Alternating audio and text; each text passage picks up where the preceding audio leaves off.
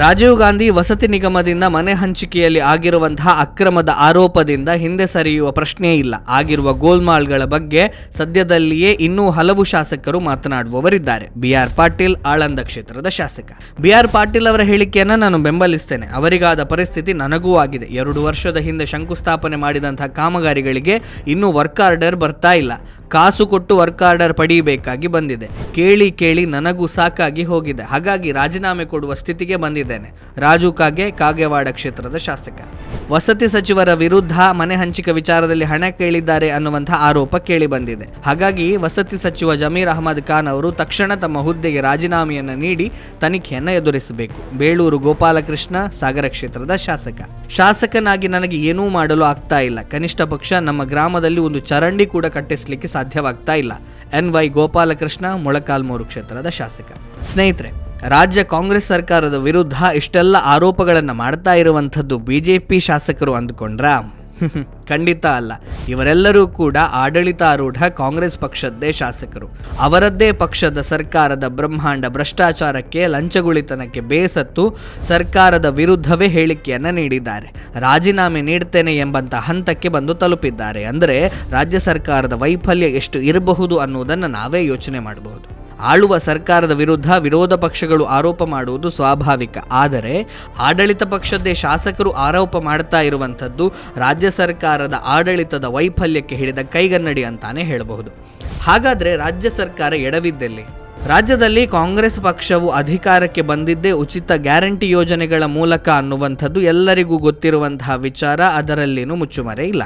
ಅಧಿಕಾರಕ್ಕೆ ಬಂದ ನಂತರ ಘೋಷಿಸಿದಂತಹ ಉಚಿತ ಗ್ಯಾರಂಟಿ ಯೋಜನೆಗಳನ್ನು ಜಾರಿ ಮಾಡುವ ಅನಿವಾರ್ಯ ಪರಿಸ್ಥಿತಿ ಸರ್ಕಾರದ್ದು. ಇದರಿಂದ ರಾಜ್ಯದ ಬೊಕ್ಕಸಕ್ಕೆ ಹೊರೆ ಜಾಸ್ತಿಯೇ ಆಯಿತು. ತೆರಿಗೆಯ ಮೂಲಕ ಬರ್ತಾ ಇದ್ದಂತಹ ಆದಾಯ ಎಲ್ಲವನ್ನೂ ಕೂಡ ಗ್ಯಾರಂಟಿ ಯೋಜನೆಗಳಿಗೆ ಬಳಸುವಂತಹ ಪರಿಸ್ಥಿತಿ ಬಂತು. ಪರಿಣಾಮವಾಗಿ ಅಭಿವೃದ್ಧಿ ಕಾರ್ಯಗಳು ಸ್ಥಗಿತಗೊಂಡವು. ಕಳೆದ BJP ಸರ್ಕಾರದ ಅವಧಿಯಲ್ಲಿ ಸಾಕಷ್ಟು ಅಭಿವೃದ್ಧಿ ಕಾರ್ಯಕ್ರಮಗಳು, ಕಾಮಗಾರಿಗಳ ಶಂಕುಸ್ಥಾಪನೆ ಮತ್ತು ಉದ್ಘಾಟನೆ ಕಾರ್ಯಕ್ರಮಗಳು ನಡೆದಿದ್ದರ ಬಗ್ಗೆ ದಿನನಿತ್ಯ ಪತ್ರಿಕೆಗಳಲ್ಲಿ ಓದ್ತಾ ಇದ್ವಿ. ಆದರೆ ಇವತ್ತು ಅಭಿವೃದ್ಧಿ ಕಾಮಗಾರಿಗಳ ಉದ್ಘಾಟನೆಯನ್ನ ಬಿಡಿ, ಶಂಕುಸ್ಥಾಪನೆಯ ಸುದ್ದಿಗಳು ಕೂಡ ಪತ್ರಿಕೆಗಳಲ್ಲಿ ಬರ್ತಾ ಇಲ್ಲ. ಇದೇ ಕಾರಣಕ್ಕಾಗಿಯೇ ಕಾಂಗ್ರೆಸ್ ಪಕ್ಷದ ಶಾಸಕರು ಬಂಡಾಯ ಏಳುವಂತಾಗಿದೆ. ಇದೇ ಕಾರಣಕ್ಕಾಗಿ ಗೃಹ ಸಚಿವ ಡಾಕ್ಟರ್ G ಪರಮೇಶ್ವರ್ ಅವರು ಇತ್ತೀಚೆಗೆ ಅಭಿವೃದ್ಧಿಗೆ ನಮ್ಮ ಹತ್ರ ದುಡ್ಡಿಲ್ಲ, ಸಿದ್ದರಾಮಯ್ಯ ಹತ್ರನೂ ದುಡ್ಡಿಲ್ಲ, ಕೇಳೋಕೆ ಬರಬೇಡಿ ಅಂತ ಹೇಳಿದ್ದಾರೆ. ಇದು ಒಂದು ಕಡೆಯಾದರೆ, ಇನ್ನೊಂದು ಕಡೆ ರಾಜ್ಯ ಸರ್ಕಾರದ ಇಲಾಖೆಗಳೇ ಭ್ರಷ್ಟಾಚಾರಕ್ಕೆ ಇಳಿದಿರುವಂಥದ್ದು. ಪರಿಶಿಷ್ಟರ ಕಲ್ಯಾಣಕ್ಕಂತ ಹೇಳಿ ಮೀಸಲಾಗಿಟ್ಟಿದ್ದಂತಹ ವಾಲ್ಮೀಕಿ ಅಭಿವೃದ್ಧಿ ನಿಗಮದ ಹಣವನ್ನ ಸಚಿವರ ಮಾರ್ಗದರ್ಶನದಲ್ಲಿಯೇ ಬೇರೆ ಕಡೆಗೆ ವರ್ಗಾವಣೆ ಮಾಡಿ ಬಳ್ಳಾರಿ ಲೋಕಸಭಾ ಚುನಾವಣೆಯಲ್ಲಿ ಬಳಕೆ ಮಾಡಿದಂತಹ ಸುದ್ದಿ ಹಸಿಯಾಗಿಯೇ ಇದೆ. ಇತ್ತೀಚೆಗೆ ಬಳ್ಳಾರಿಯ ಶಾಸಕರು ಮತ್ತು ಸಂಸದರ ಮನೆಯ ಮೇಲೆ ಇದೇ ವಿಷಯದ ಮೇಲೆ ಜಾರಿ ನಿರ್ದೇಶನಾಲಯ ದಾಳಿಯನ್ನು ಕೂಡ ಮಾಡಿತ್ತು. ಕಾಸು ಕೊಟ್ಟರೆ ಮಾತ್ರ ಮನೆ ಹಂಚಿಕೆ ಮಾಡಲಾಗ್ತದೆ ಅಂತ ಶಾಸಕರೇ ಆರೋಪ ಮಾಡಿದ್ದಾರೆ. ಮಂತ್ರಿಗಳು ತಮ್ಮ ಕೈಗೆ ಸಿಗ್ತಾ ಇಲ್ಲ, ಯಾವ ಪುರುಷಾರ್ಥಕ್ಕೆ ನಾವು ಕಾಂಗ್ರೆಸ್ ಪಕ್ಷದಲ್ಲಿ ಇರಬೇಕು ಅಂತ ಕಾಂಗ್ರೆಸ್ ಶಾಸಕರೇ ಪ್ರಶ್ನೆ ಮಾಡ್ತಾ ಇದ್ದಾರೆ. ಒಟ್ಟಿನಲ್ಲಿ ರಾಜ್ಯ ಸರ್ಕಾರದ ದೋಣಿ ಸಮುದ್ರದ ಮಧ್ಯದಲ್ಲಿ ಮುಳುಗುವ ಪರಿಸ್ಥಿತಿಯಲ್ಲಿದೆ.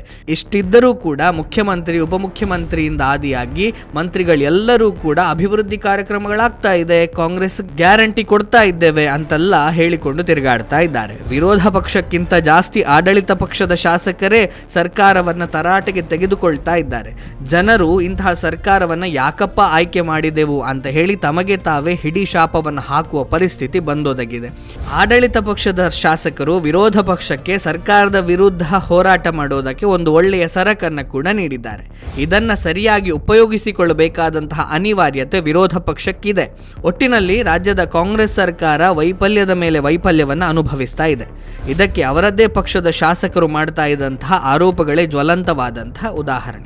ಸ್ನೇಹಿತರೆ, ರಾಜ್ಯ ಸರ್ಕಾರದ ದೋಣಿ ಮುಳುಗಿದ್ರೂ ಪರವಾಗಿಲ್ಲ, ರಾಜ್ಯವನ್ನು ಮುಳುಗಿಸದಿದ್ರೆ ಅಷ್ಟೇ ಸಾಕು.